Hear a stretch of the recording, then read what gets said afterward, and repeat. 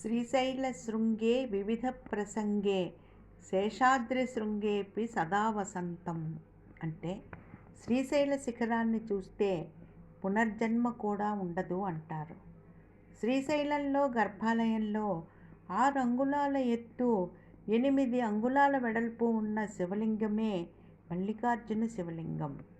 స్వామి దేవాలయంలో కళ్యాణ మండపం విశాలమైనది, ప్రసిద్ధి చెందినది.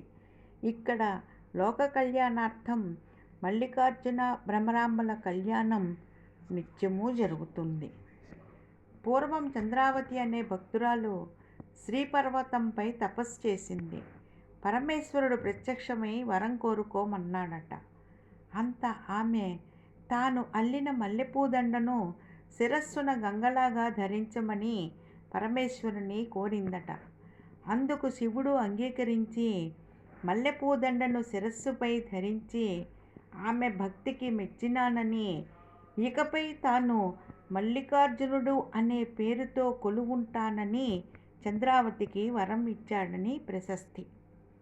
భక్తులను బ్రోచి కాచి వారి కోర్కెలను తీర్చే బోళాశంకరుడు పరమేశ్వరుడు.